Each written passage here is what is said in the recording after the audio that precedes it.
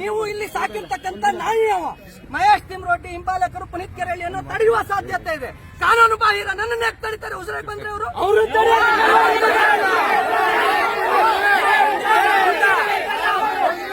ಯಾರಪ್ಪಂದೇನಿಲ್ಲ.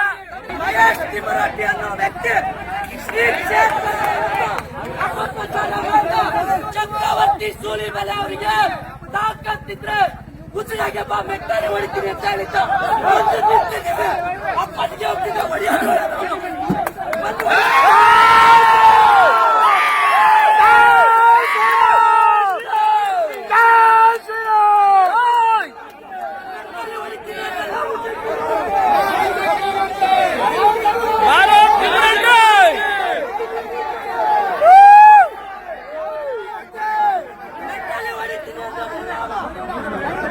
ಮಗ ಬಚ್ಚಿಡ್ಕೊಂಡಿರ್ತಾನೆ ಏನಾದ್ರು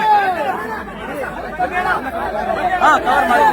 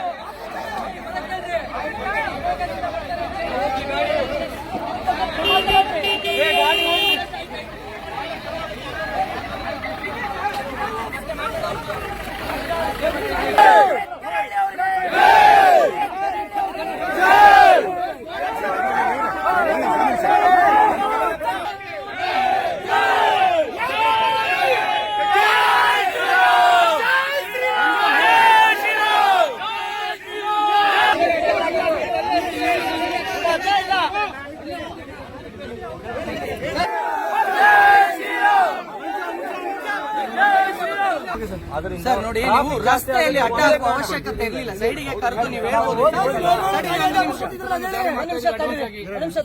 ನೋಡಿ, ನಮಗೆ ಕೇಳಿ, ಬಂದಿಲ್ಲ ಕಾಲು. ತಡೀರಿ ಒಂದು ನಿಮಿಷ.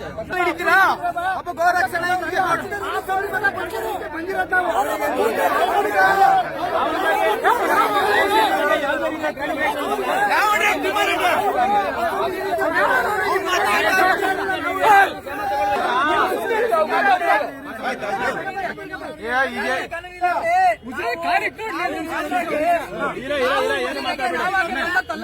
ನೀವು ಇಲ್ಲಿ ಸಾಕಿರ್ತಕ್ಕಂಥ ನಾಯಿ ಅವ ಮಹೇಶ್ ತಿಮ್ರೋಟಿ ಹಿಂಬಾಲಕರು ಪುನೀತ್ ಕೆರಳಿಯನ್ನು ತಡೆಯುವ ಸಾಧ್ಯತೆ ಇದೆ. ಕಾನೂನು ಬಾಹಿರ ನನ್ನನ್ನು ಯಾಕೆ ತಡೀತಾರೆ? ಉಸಿರಾಗಿ ಬಂದ್ರೆ ಅವರು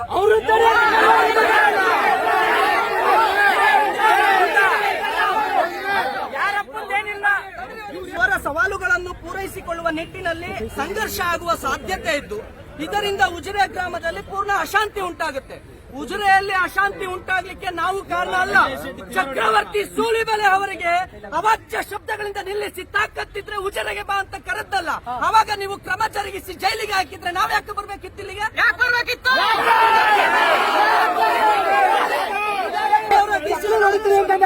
ಚಕ್ರವರ್ತಿ ಸೂಲಿಬೆಲೆಗೆ ಚಕ್ರ ಹೊಡಿತೀನಿ ಅಂದಾಗ ಅವರಿಗೆ ನೀವು ಬೂಟು ಸಿಕ್ಸಿದ್ರೆ ಬಾಯಿಗೆ ಹಿಂಗ್ ಮಾಡಿದ್ರೆ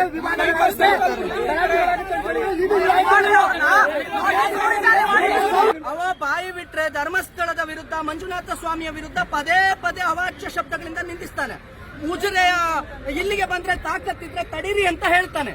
ಅಷ್ಟೇ ಅಲ್ಲದೆ ವೀರೇಂದ್ರ ಹೆಗ್ಗಡೆ ಅವರನ್ನ ಸೂಳೆ ಮಗ ಅಂತ ಕರೆದವನಿಗೆ ಏನು ಆಕ್ಷನ್ ಇಲ್ಲ.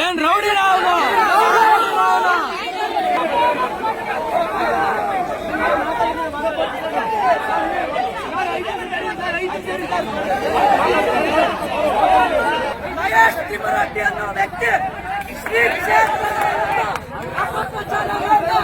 ಚಕ್ರವರ್ತಿ ಸೂಲಿಬೆಲೆ ಅವರಿಗೆ ತಾಕತ್ತಿದ್ರೆ ಉಸಿರಾಗೆ ಬಾ ಮೆಟ್ಟಾರೆ ಹೊಡಿತೀನಿ ಅಂತ ಹೇಳಿದ್ದು ಅಪ್ಪನಿಗೆ ಹೋಗ್ತಿದ್ದ ಹೊಡಿಯೋದು.